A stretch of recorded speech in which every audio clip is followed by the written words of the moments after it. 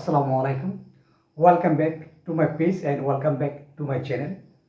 This is Abul Hussain Sagar. Today's videos I am going to share with you an important and valuable topics that is very essential for everybody, that is there. How can we use it properly? And as you know that there are three types.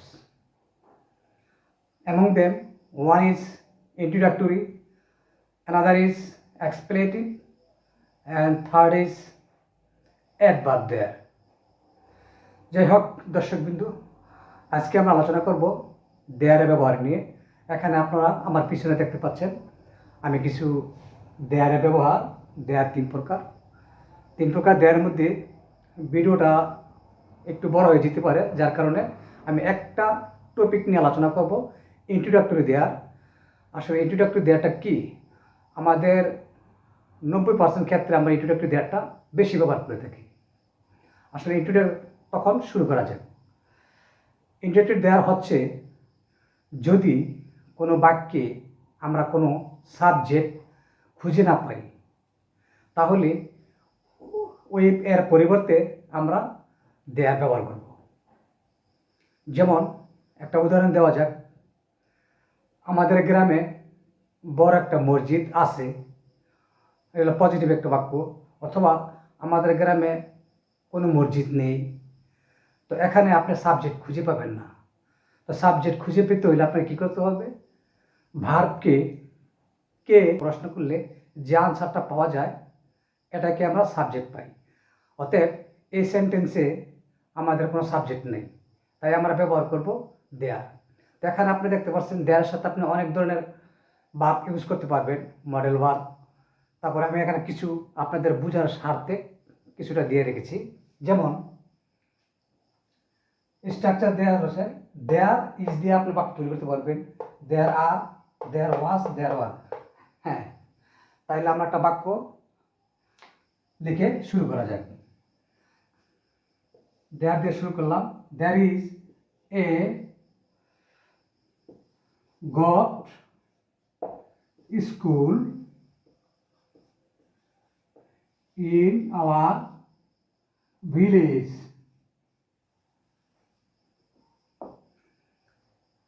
আমাদের গ্রামে সরকারি একটা বিদ্যালয় আছে।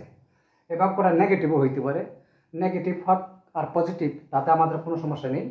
আমরা is ব্যবহার করতেছি কি কারণে? Countable noun. দেয়ার ইজ এটা হচ্ছে একটা নাউন এবং কাউন্টেবল নাউন, এবং স্পেসিফিক নির্দিষ্ট করে এটা বলা হয়েছে, যার কারণে আমরা এখানে ইজ ব্যবহার করছি। আর যদি আমাদের একের অধিক বুঝায়, সিঙ্গুলার বুঝাইলে আমরা, একক বুঝাইলে আমরা ইজ ব্যবহার করব।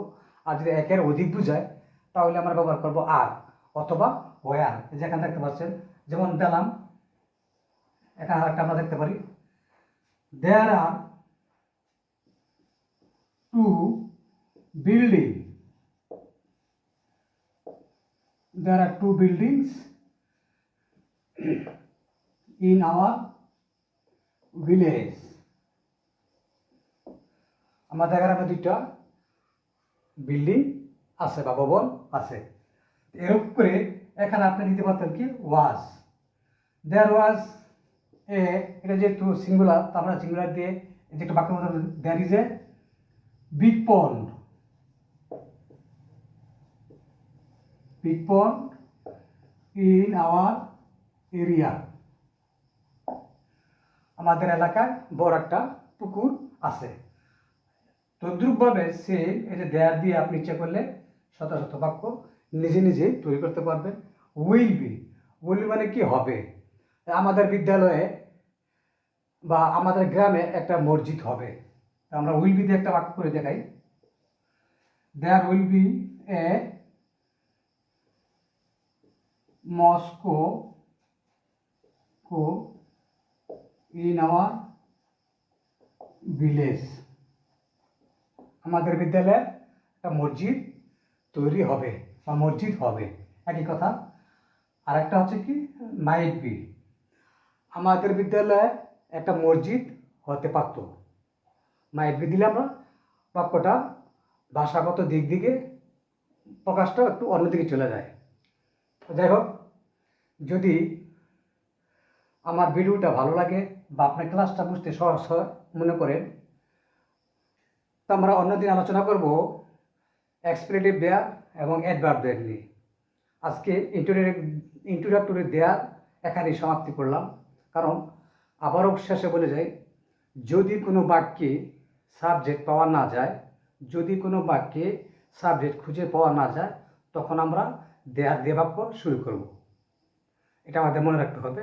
আর যদি আমরা সিঙ্গুলার বাক্য বলি, তা আমাদেরকে ইজ ওয়াজ আমাদের ব্যবহার করতে হবে। আর যদি আমরা একাধিক বাক্য ব্যবহার করে আর ওয়াই ব্যবহার করতে পারি, এটা আমাদের ইচ্ছা মতো।